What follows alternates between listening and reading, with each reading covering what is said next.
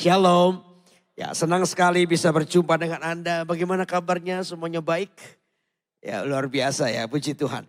Nah, saudara, sepanjang hari ini saya banyak berkhotbah tentang tema daripada gereja kita di bulan ini, yaitu bait suci.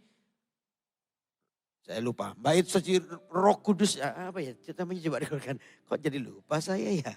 Temanya apa? Bait Roh Kudus yang diurapi. Bait Roh Kudus yang diurapi. Saya percaya bahwa saudara dan saya di dalam hidup Anda ini adalah bait sucinya Roh Kudus. Katakan amin.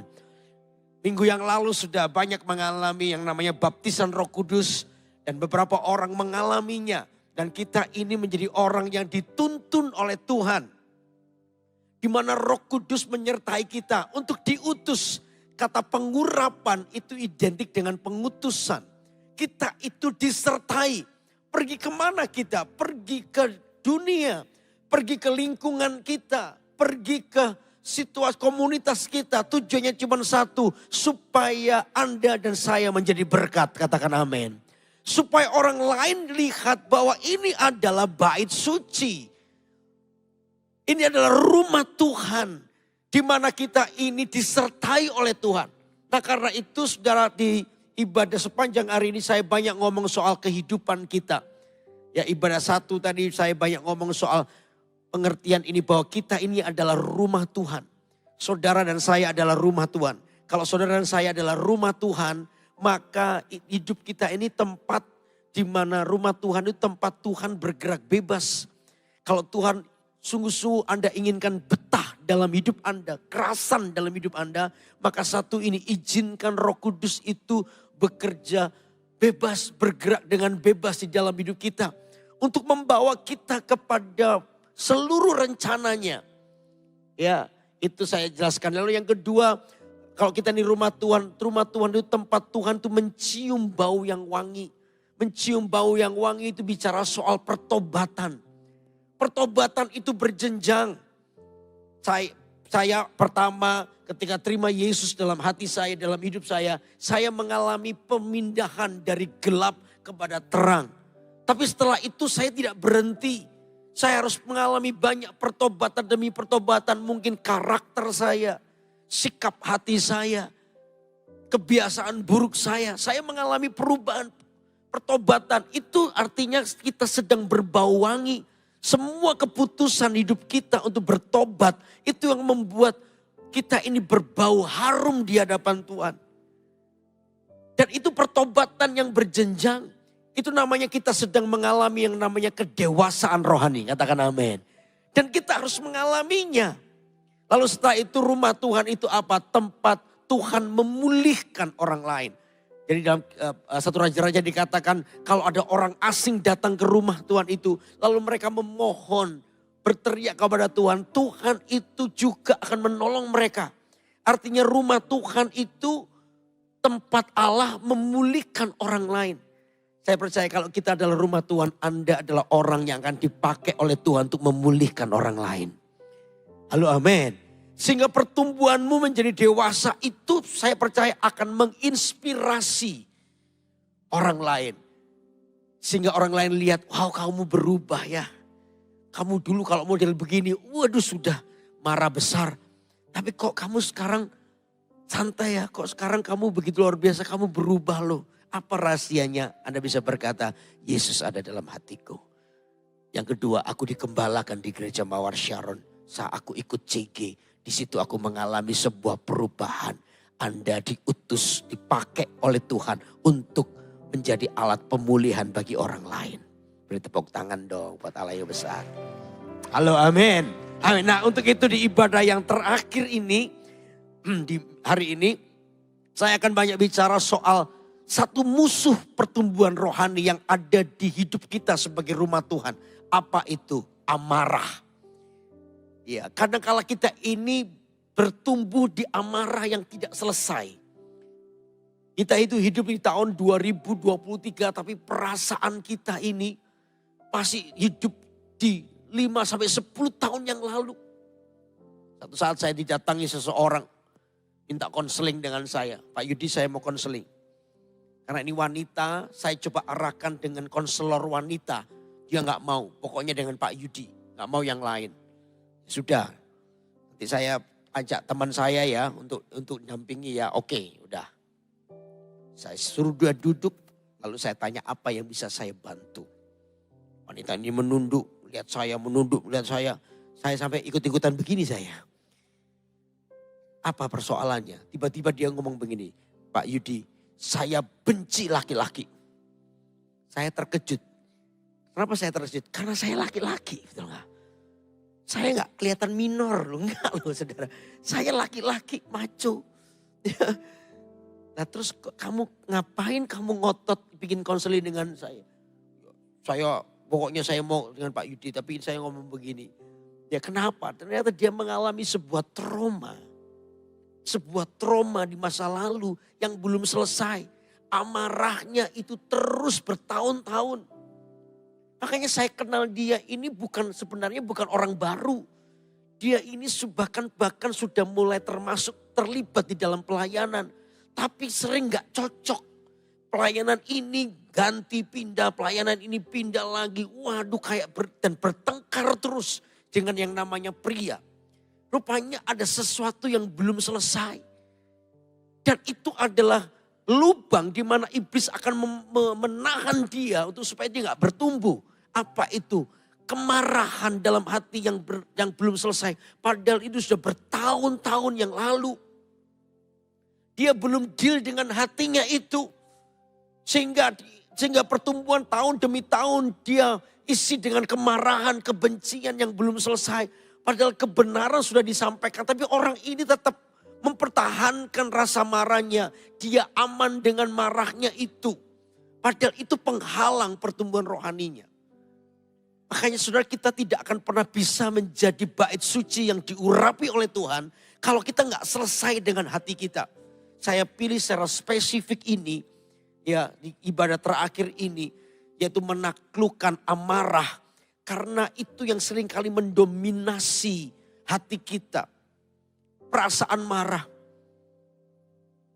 Ada seorang jemaat datang pada saya dan dia ini sudah menikah beberapa waktu tapi belum punya anak. Bukan gak bisa punya anak karena suaminya tidak mau.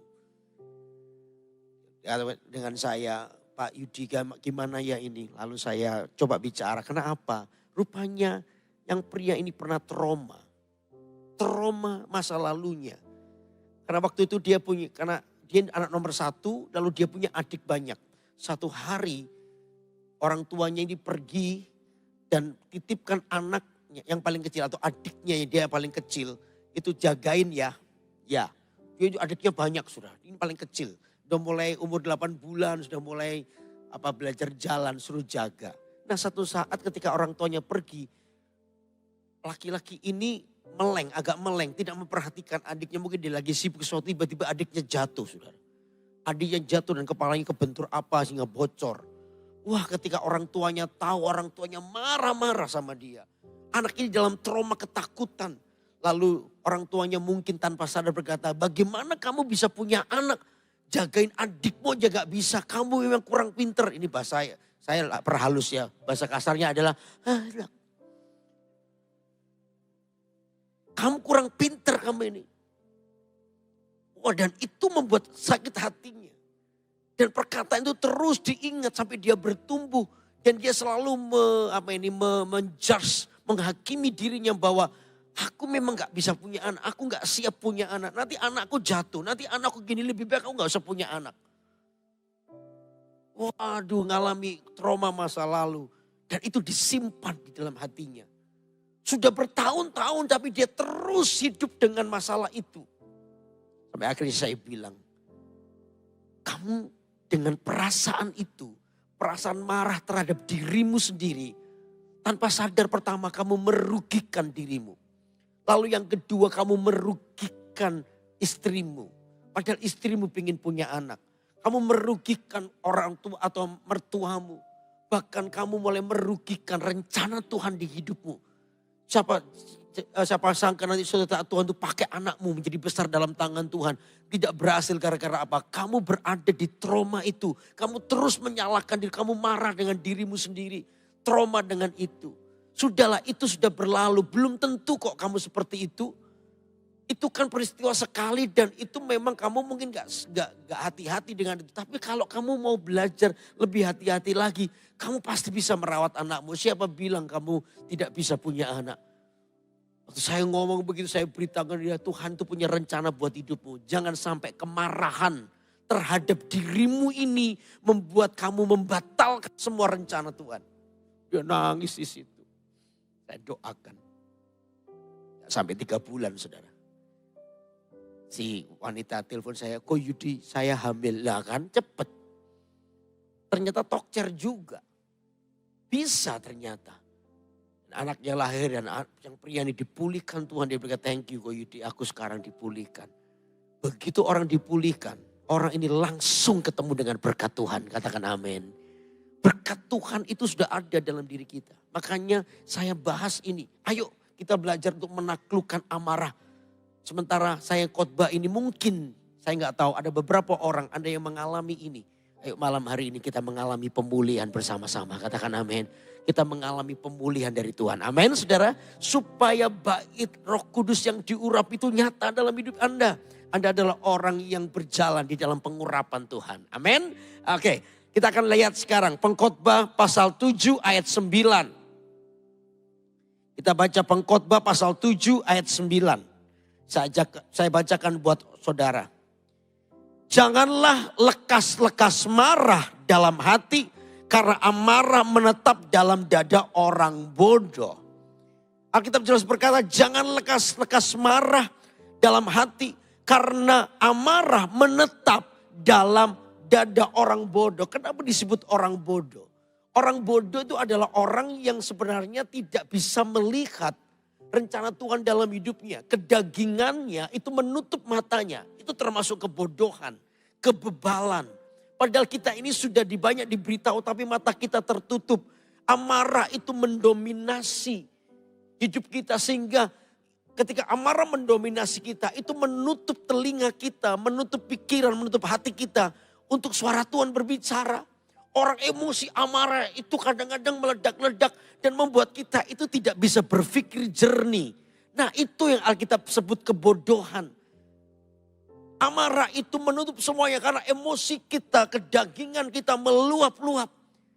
Sehingga banyak orang akhirnya melakukan satu hal yang di luar dugaan karena apa? Kemarahan. Bahkan sampai titik membunuh orang karena kemarahan. Nah ini adalah bagian dari, maaf ya, saya pakai kata Alkitab ini. Termasuk kebodohan di dada orang ini. Karena apa?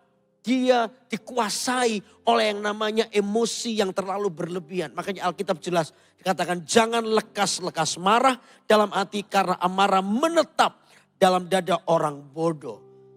Tidak bisa mengerti rencana Tuhan. Matanya tertutup dengan gelap yang ada. Nah sekarang saya jelaskan dulu penyebab kemarahan apa. Yang pertama adalah keinginan yang tidak tercapai.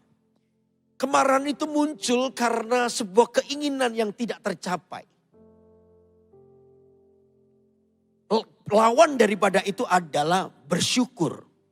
Ketika keinginan kita nggak tercapai, belajarlah untuk bersyukur. Sebab pengertian ini penting, saudara. Rencana Tuhan dalam hidup Anda ini kadang bertentangan dengan kehendak Anda. Halo, pernah gak Anda berdoa A, tapi yang Anda terima adalah B? Pernah itu gak? Ngalami itu? Anda berdoa supaya misalnya, oh ini mengalami kesembuhan, tapi jawaban Tuhan berbeda, malah mengalami kematian misalnya. Waduh, gara-gara itu Anda marah, karena keinginanmu tidak tercapai. Anda marah dengan situasi itu. Dan detik ketika Anda marah itu, sebenarnya itu adalah pintu iblis untuk masuk merebut hatimu. Sehingga tadi bilang Anda tiba-tiba tinggal di dalam kebodohanmu. Mata kita gelap, akhirnya kita meninggalkan Tuhan. Bawaannya kita kecewa dengan Tuhan. Padahal Tuhan itu punya rencana yang indah dalam hidup kita. Di balik semua peristiwa yang terjadi, saya percaya Tuhan bekerja untuk mendatangkan kebaikan. Cuma Anda harus mengerti waktunya Tuhan. Cuma Anda harus mengerti apa yang menjadi rencana Tuhan. Jangan lekas-lekas marah karena keinginan yang tidak tercapai. Dia gak bisa lihat rencana Tuhan. Ada seorang bapak punya 2 anak. Ya, anak ini berbeda dua-dua ini. Yang satu itu suka ngomel, suka marah, tidak pernah puas. Tapi yang kedua itu anak ini suka bersyukur, suka berterima kasih. Satu hari papanya ini agak curiga dengan anak yang kedua.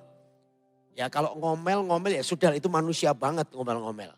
Tapi yang kedua ini sukanya terima kasih dan bersyukur. Lihat, bapaknya lihat anak yang kedua ini agak aneh-aneh ini. Ini anak diberkati bersyukur, tidak diberkati bersyukur. Ditolong bersyukur, enggak ditolong bersyukur. Kok aneh anak ini? Apakah dia ini ada yang rusak sudah sarafnya? Akhirnya bapaknya menguji, tes. Oke, bapaknya ini pergi keluar kota. Sebelum pergi keluar kota dia pamit. Nah, papamu ini mau keluar kota, di kota A. Kamu mau oleh-oleh apa? Si anak nomor 1 ditanya, kamu mau oleh-oleh apa? Oh, oleh-oleh baju, Pak. Baju yang itu loh kayak, saya selalu lupa itu apa? Let it go, let it go. Oh, Frozen, ya Frozen. Anda tahu Frozen? Itu loh daging Frozen, daging dingin itu. Udah, yang mekrok-mekrok itu loh, Pak. Ya, nanti Papa beliin itu ya. Makasih. Yang 2. Nah, papamu ini pingin lagi mau pergi keluar kota. Kamu mau pesen apa untuk oleh-oleh? Oh, aku gelang aja, Pak. Gelang yang imitasi gak apa-apa. Loh, itu murah, gak apa-apa. Berapa? 1 aja, enggak 20. Papanya malah bilang 20. Oh 20 nanti masanya kebanyakan, Pak, gak cukup tangannya. 1 aja. Sungguhan 1, iya 1. Oke, saudara. 2 minggu kemudian papanya pulang. Bawa 2 kardus besar. Yang 1 dibuka. Begitu dibuka baju model Frozen tadi itu. Tapi warnanya kuning. Anak ini gak suka warna kuning. Ngomel dia biasa mulai ngomel. Loh papa ini loh kok dikasih baju kuning sih. Kan papa tahu aku gak suka warna kuning. Ini papa ini gimana sih kok gak kenal anaknya. Wah ngomel-ngomel. Papanya dibilang loh kan kamu gak ngomong. Yang ada cuman ini, terus gimana? Oh ya papa ini gak kenal anaknya. Wah ngomel-ngomel, marah-marah. Ya tapi tetap bajunya dibawa sih. Wah ngomel-ngomel, papa ini gak marah-marah terus. Sedangkan yang kedua, nah ini tesnya. Papanya pengen lihat, nah setelah ini ya kamu pasti ikut ngomel seperti kakakmu. Ayo dibuka saudara. Yang kardus kedua ternyata bukan gelang isinya, maaf ya kotoran kuda saudara. Waktu di kotoran kuda papanya pingin lihat reaksinya. Sekarang dia marah. Sekarang dia ini pasti marah. Pasti ngomel nih ya. Ayo coba. Begitu dia lihat kotoran kuda. Anaknya itu berlutut kepada papanya berkata.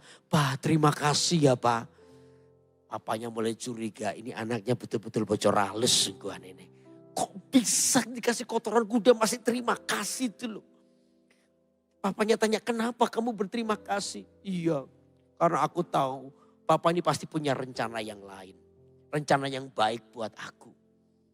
Gak mungkin Papa berikan aku kotoran kuda. Pasti ada maksudnya. Maksud apa? Maksud apa?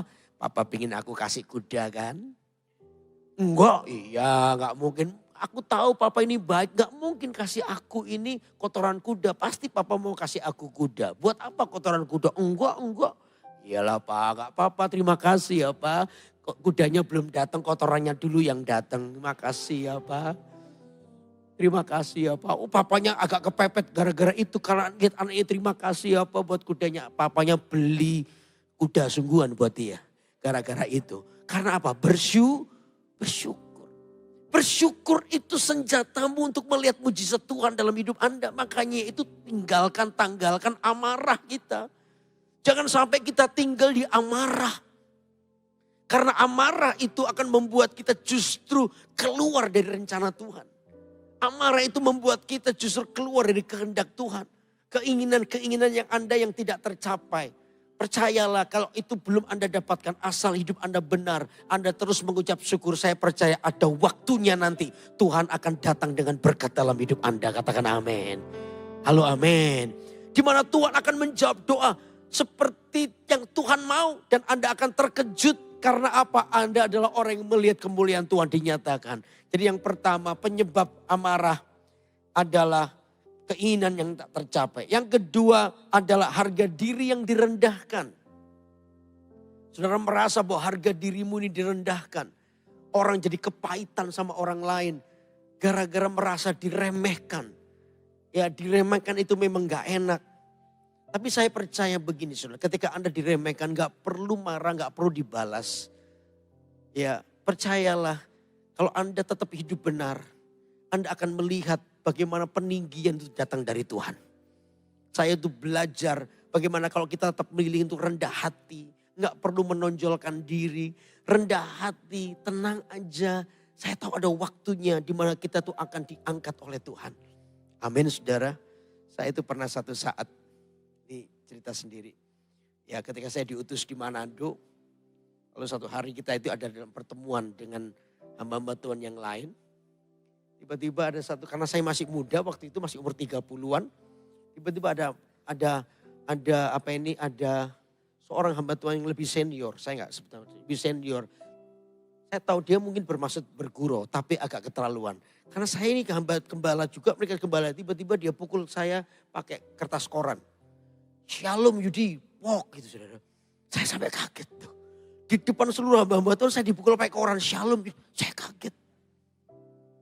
Ya memang dia lebih tua. Saya oke, oh ya om, shalom om. Gimana kabarnya Yudi? Baik om, baik. Terus dia bilang, Yudi saya ada buku bagus, kamu mau gak? Ya mau. Mau gak apa-apa om? Mau. Soalnya saya dengar begini, kamu kalau khotbah diurapi tapi gak ada isinya khotbahmu. Di depan orang banyak, wow. Ya, saya digituin tuh kayak saya dipancing untuk ngamuk, untuk marah. Wah kamu meremehkan aku, ya udah tak buktikan. Wah macam-macam, kayak dipancing begitu. Saya tapi memilih untuk enggak perlu marah sudah. Peninggian itu datang dari Tuhan. Halo amin, saya memutuskan, oh ya om, nanti saya belajar. Om bisa gak minta bukunya, nanti saya akan pelajari. Malah saya gitu, iya nanti tak kasih ya bukunya ya kamu belajar ya. Supaya khotbahmu ada isinya. Amin, betul. Gak sampai 1 bulan kemudian. Waktu itu ada perayaan Paskah seluruh kota gitu kan. Seluruh kota, lalu kita hamba-hamba Tuhan kumpul. Lalu mereka cari siapa yang khotbah untuk perayaan Paskah itu. Semua pilih Pak Yudi Kusmanto aja yang khotbah. Pak Yudi aja yang khotbah. Saya bilang, oh jangan saya, om ini aja yang khotbah. Enggak, kami memutuskan Pak Yudi yang khotbah. Wah, waktu saya khotbah, om itu di depan mantuk-mantuk. Gitu. Saya bilang, om kali ini ada isinya enggak? Enggak, saya duduk, gimana om? Khotbahnya sekarang bagus, berkat bukunya om. Tetap sombong dia. Tapi it's okay, enggak apa-apa. Iya, peninggian dari Tuhan, katakan amin. Halo amin. Gak perlu marah, gak perlu kecewa, gak perlu sakit hati. Tenang aja. Tuhan yang menjadi pembela hidup kita. Supaya Anda tidak gampang dikuasai oleh marah. Karena apa? Merasa harga dirimu diinjak-injak. Udahlah saudara. Kita ini kata Alkitab. Kalau Anda mau semakin tinggi jadilah hamba. Halo amin. Kalau Anda mau lebih tinggi dari yang lain jadilah hamba. Jadilah pelayan.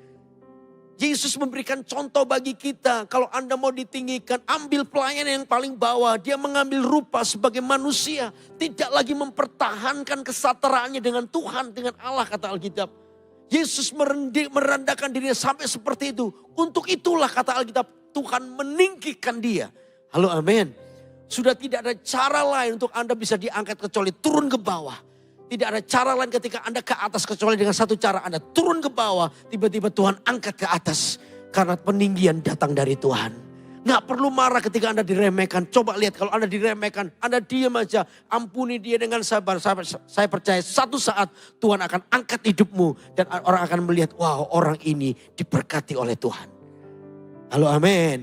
Amin. Beri tepuk tangan dong buat Allah yang besar. Halo amin. Oke, yang ketiga apa sih penyebab amarah apa? Peristiwa masa lalu. Ya, peristiwa masa lalu. Itu yang kadang-kadang tadi saya bilang, Anda di hidup tahun 2023 ini, tapi hatimu itu masih di 20 tahun yang lalu, penuh dengan kepahitan. Wah, itu yang susah susah untuk lepas. Itu yang membuat kita nggak bisa bertumbuh. Itu yang membuat kita nggak bisa menjadi bait suci yang diurapi. Oleh karena apa? Hati kita ini masih hidup di 20 tahun yang lalu. Saya nggak lama lalu ketemu dengan seorang teman saya. Saya tahu dia belum kenal Tuhan. Saya injilin dia. Saya ceritakan tentang kasih Tuhan buat hidupnya. Tapi dia menjawab gini, di dunia ini Yudi nggak ada kasih. Dia ceritakan, kamu ingat dulu, dia teman kecil saya permainan. Saya masih ingat, papanya mendidik dia dengan keras sekali. Ya satu saat kami pernah main layangan, tiba-tiba karena sangat asik main layang-layang sampai kita itu sampai jam 6 sore baru pulang. Saya anterin dia di rumahnya. Papanya sudah berdiri di depan pakai sabuk ini, sabuknya dilepas begitu. Anaknya datang langsung sebet, dicambuk pakai sabuk. Pak, anaknya waduh ampun, dipukul terus. Dan itu membekas dalam dirinya. Sampai dia berkata nanti kalau aku besar saya balas papa itu, tak balas papa itu. Sampai menimbulkan kemarahan yang luar biasa. Makanya ketika dia hidup dia bertumbuh dengan kemarahan seperti itu. Semua persoalan tidak pernah diselesaikan dengan damai. Selalu dengan lemparan kursi, banting meja, perkelahian. Terus itu hidupnya terus penuh dengan kemarahan demi kemarahan. Kalau kemarahan itu tidak pernah selesai di hidup kita. Itu seperti api. Yang pertama mungkin kecil. Lalu kalau itu dibiarkan terus kemarahan itu akan semakin besar dan semakin besar. Orang ini bukan hanya marah kepada satu objek. Tapi orang ini akan marah dengan semua orang. Hatinya gampang tersinggung. Terpancing untuk emosi dan marah terus. Ya dengan sedikit dia marah, tidak pernah menyelesaikan masalah dengan damai, selalu dengan pertengkaran, perkelahian. Betapa mengerikan hidup orang seperti ini. Karena dikuasai oleh yang namanya amarah. Karena itu malam ini mari kita datang kepada Tuhan. Biar Tuhan menjamah hatimu, kasih-Nya menyembuhkan hati Anda. Halo amin. Halo amin. Nah sekarang bagaimana mengalahkan kemarahan? Bagaimana mengalahkan kemarahan? Ada 4 hal. Yang pertama adalah melepaskan pengampunan. Sudah tidak ada yang bisa mengalahkannya. Melepaskan pengampunan itu akan memulihkan keadaan. Halo amin. Melepaskan pengampunan itu akan memulihkan keadaan. Tadi yang saya cerita kepada jemaat. Saya nggak tahu jam keberapa itu ya. Saya lupa. Ya saya ini satu saat. Saya ini suka siang-siang begitu kalau udah selesai semuanya. Enggak setiap hari sih. Tapi kadang selesai saya suka pergi sendiri. Untuk pergi ke rumah sakit. Ya mendoakan orang sakit. Lalu memberitakan Injil buat mereka. Karena saya ini punya kartu pendeta dari Gereja Mawar Sharon. Saya lebih gampang masuk. Apalagi jam-jam besuk. Itu enggak saya ambil. Saya sengaja ambil jam siang yang mungkin orang enggak besuk. Ya belum besuk jamnya. Jadi saya datang ke situ. Saya tunjukkan kartu pendeta saya mau berdoa buat jemaat. Biasanya silakan Pak, begitu. Saya masuk dan kalau sudah masuk saya berdoa Tuhan, tunjukkan kamar yang mana yang saya bisa doakan orangnya. Ya tentunya nggak semua kamar saya bisa doakan, ya itu bisa selesainya besok sore, ya kebanyakan. Jadi satu aja. Nah saat saya dituntun oleh Tuhan masuk ke satu kamar, di situ ada seorang ibu yang terbaring sakit. Lalu yang jaga pun jaga itu tua-tua semua. Ya ada ibu, ada bapak tua-tua semua. Saya masuk, saya kasih salam shalom. Nama saya Pendeta Yudi Kusmanto, saya dari Gereja Mawar Sharon. Boleh nggak saya berdoa untuk yang sakit? Boleh nggak? Dia tanya, kamu mau didoakan sama pendeta mau nggak? Ya dia mau Pak, silakan Pak. Mau Pak, doakan. Saya berdiri di pinggir, biasanya saya sebelum doa saya ngomong sedikit tentang Yesus. Tentang Tuhan Yesus yang mengasihimu, dia mau menyelamatkanmu, dia mau memulihkan keadaanmu. Ya Tuhan dan saya tantang mau gak kamu terima Yesus dan sebagainya. Selesai itu saya doakan dia. Nah di tengah-tengah berdoa itu tiba-tiba Tuhan itu berkata dalam hati saya bahwa ini sakit bukan karena penyakit. Padahal sebelumnya saya sudah diberitahu ini sakit kanker getah bening, itu jelas sudah. Tapi tiba-tiba Roh Kudus kayak bicara dengan saya, ini sakit bukan karena penyakit. Ada sebab lain ini. Udah begitu saya amin, saya lihat kok nggak ada yang muda. Saya tanya sama dia, anaknya yang mana gitu kan. Anaknya yang mana, begitu saya sebut anaknya yang mana, tiba-tiba dia buang mukanya ke kanan. Saya kaget loh, kenapa? Gak usah tanya anak-anak saya Pak, anak saya itu kurang ajar sama saya. Saya tanya kepada teman-temannya, ternyata itu teman di panti jompo. Teman di panti jompo. Saya tanya kenapa? Iya, ini anak ini dia diusir oleh anaknya. Sekarang di panti jompo kami, dia kepahitan, dia marah dengan situasi itu. Bahkan dia marah kalau dia mati nanti dia larang anaknya datang ke kuburan gitu kan. Masa tahu dia. Begitu anaknya datang dia stop kamu gak boleh. Itu bukan anaknya yang lari, semua lari itu gara-gara itu. Takutan kan. Ya, sudah, saking marahnya dia itu. Tiba-tiba Tuhan tuh kasih beban di hati saya. Tuhan kasih beban. Ya sudah, boleh gak saya ketemu anaknya. Minta alamatnya, saya dikasih alamatnya. Sudah, pada waktu kemudian saya ambil waktu untuk ketemu dengan anaknya. Saya datangi rumahnya, saya ketok rumahnya. Begitu dibuka, saya kaget lihat dia. Dia lebih kaget lihat saya. Ternyata jemaat gereja Mawar Sharon. Jemaat iya, kamu lo iya gitu kamu. Ada apa kok? Kok tumben datang ke sini? Ya itu. Kamu gak besukin mamamu di rumah sakit. Mamamu itu sakit loh. Kamu gak besukin. Ya itu kok. Aku ini besukin mama. Tapi mama itu larang saya untuk datang. Begitu saya datang lihat saya diusir. Berkali-kali saya diusir. Loh kenapa? Ya itu kok mamaku tuh cerewetnya minta ampun. Gara-gara mama itu aku hampir cerai loh sama istriku. Istriku ini suka akhirnya gak boleh ini gak boleh itu. Sama mama akhirnya istri saya marah. Kemarahan lagi sampai istri saya ngancam gini. Kalau kamu milih mama aku pergi. Kalau kamu milih aku biar mama pergi. Waduh ini pria kasihan kan tertekan kanan kiri bingung dia.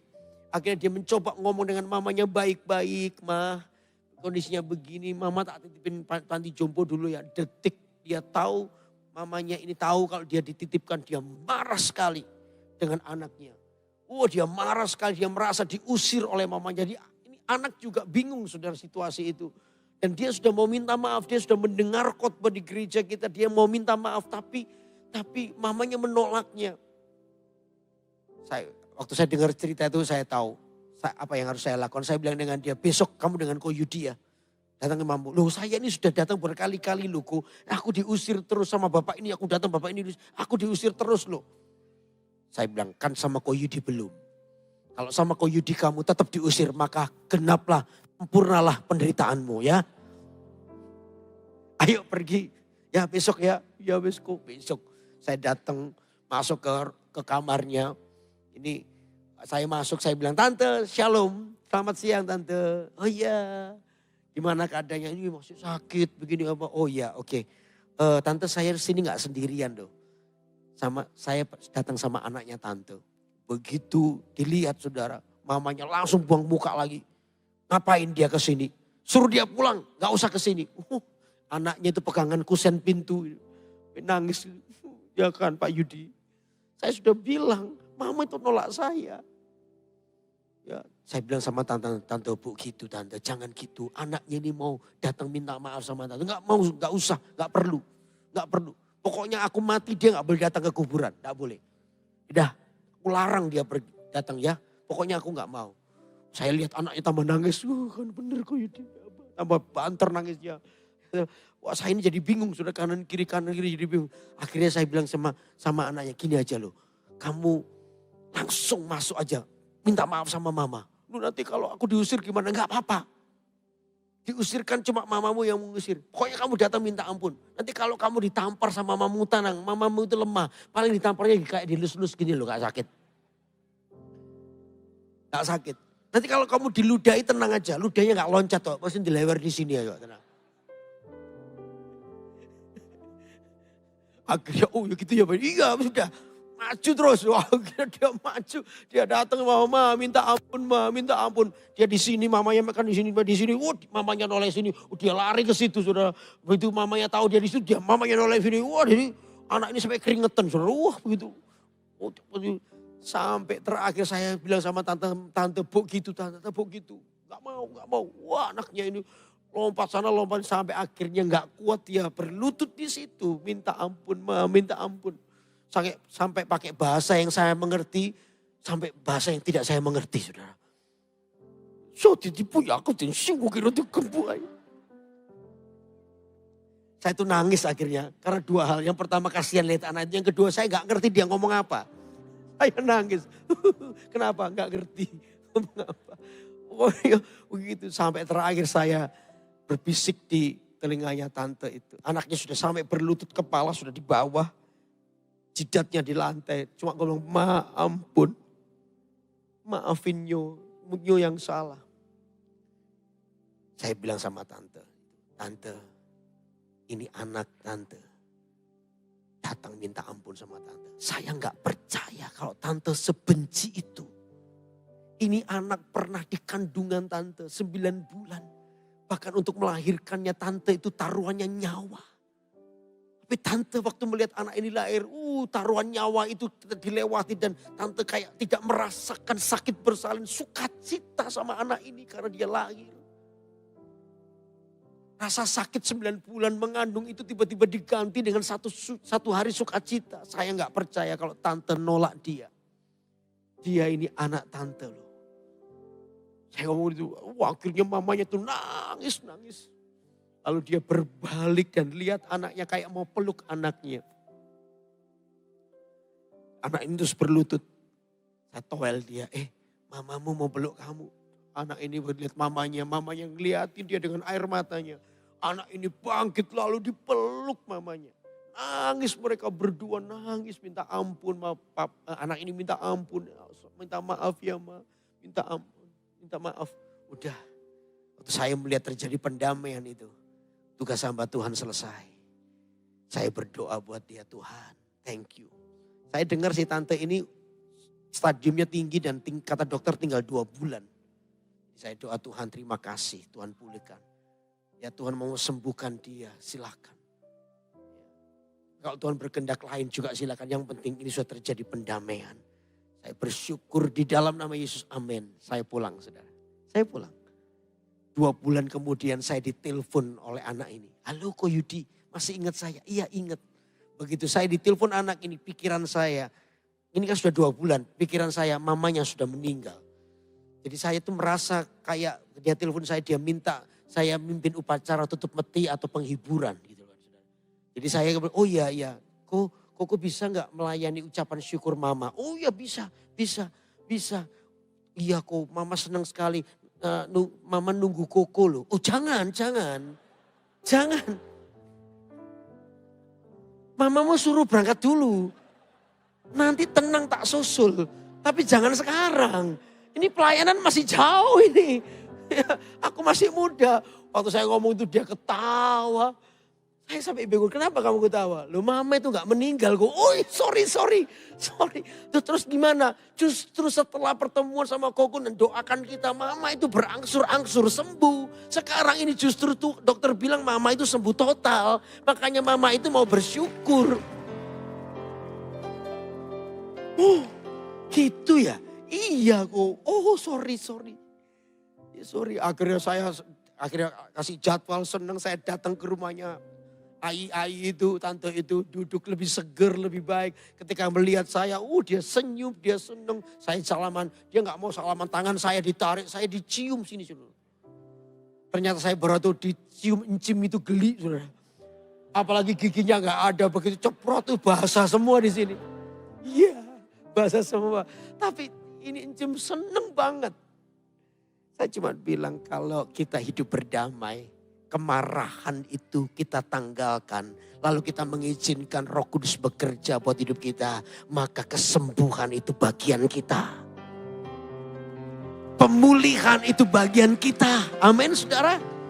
Tuhan berikan itu. Makanya itu Alkitab jelas menyatakan buat diri kalau itu bergantung kepadamu, hiduplah berdamai. Supaya kemarahan itu keluar dari hidupmu. Izinkan Anda melepaskan pengampunan dalam pendamaian. Saya percaya Tuhan pulihkan hidup Anda. Di dalam pendamaian, di dalam pengampunan ada mujizat Tuhan. Halo amin saudara. Caranya itu pertama lepaskan pengampunan. Lalu yang kedua caranya apa? Berorientasi kepada proses bukan pada kelemahan. Ketika Anda diproses itu percayalah di balik proses selalu ada kemuliaan. Katakan amin. Di balik proses itu selalu ada mahkota. Makanya itu jangan terburu-buru marah ketika Anda diproses.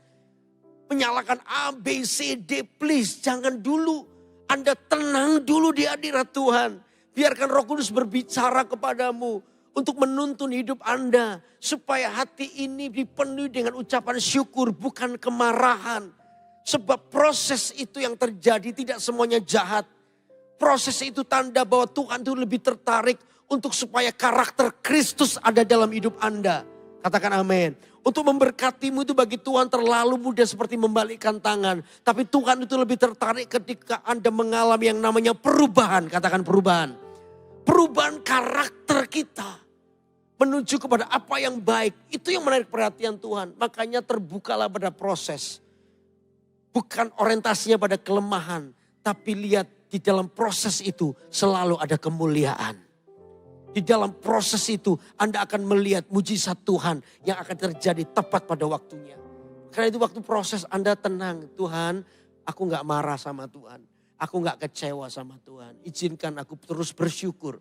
Dan aku tahu di balik syukurku itu selalu ada yang namanya mujizat. Amin. Halo amin. Yang kedua, yang ketiga bersyukur. Jelas tadi. Ketiga bersyukur. Anda bersyukur. Bersyukur itu senjata peperangan rohani kita.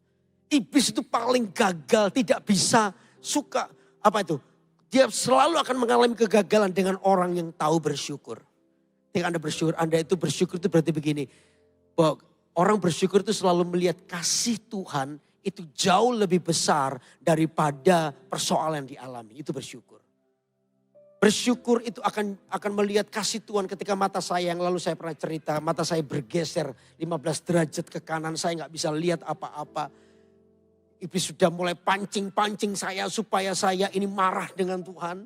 Iblis mulai pancing saya supaya saya mengeluh dengan Tuhan. Tapi saya ingat pelajaran ini saya gak mau. Saya gak mau marah dengan Tuhan. Justru sebaliknya saya bersyukur kepada Tuhan. Ketika saya bersyukur dokter bilang 6 bulan sampai 1 tahun baru sembuh. Tapi ketika saya bersyukur Tuhan bilang cukup 3 minggu. Tiba-tiba mata saya jadi normal. Dan bisa melihat Anda, bisa melayani lagi. Halo amin. Anda mau bersyukur? Halo, mau bersyukur? Amin. Yang terakhir, yang keempat adalah tinggal dalam hadirat Tuhan. Hadirat Tuhan itu yang memberikan kekuatan baru. Hadirat Tuhan itu yang menuntun kita kepada kemenangan. Di hadirat Tuhan itu semua kesombongan, semua kemarahan kita hilang. Ada satu yang Tuhan tinggalkan, apa itu? Damai sejahtera. Yang Tuhan tinggalkan adalah sukacita. Oh, berkali-kali kita mengalami sesuatu, datang di hadirat Tuhan, menyembah Tuhan, meninggikan Tuhan. Tuhan angkat beban ini. Duka cita itu diganti dengan sukacita. Dan saya percaya kemenangan di pihak kita oleh karena hadiratnya menguasai kita. Amin saudara. Jadi bagaimana empat hal untuk Anda bisa mengalahkan kemarahan? Yang pertama apa? Melepaskan apa? Pengampunan. Lalu yang kedua berorientasi kepada proses bukan pada kelemahan. Lalu yang ketiga apa? Bersyukur. Yang keempat adalah apa? Tinggal di hadirat Tuhan. Maka kemenangan terjadi. Hatimu akan dipenuhi dengan damai sejahtera, sukacita. Amin. Karena itu malam hari saya mau mengajak Anda. Mari kita menyembah Tuhan malam ini. Mari kita bersyukur buat apa yang Tuhan lakukan. Mungkin ada beberapa orang yang hari ini pernah kecewa dan kemarahan itu terus berlanjut bertahun-tahun sampai hari ini Anda susah mengampuni. Saudara jangan nyaman tinggal di area itu. Malam ini izinkan Roh Kudus bekerja di hatimu. Mengambil kemarahanmu diganti dengan pengampunan, kesabaran. Supaya kita akan melihat kemuliaan Tuhan yang lebih dahsyat lagi buat hidup kita. Anda mau diberkati Tuhan? Kalau Anda mau diberkati Tuhan, ayo izinkan Roh Kudus menjamah kita malam hari ini. Amin. Mari kita bangkit berdiri bersama-sama. Haleluya.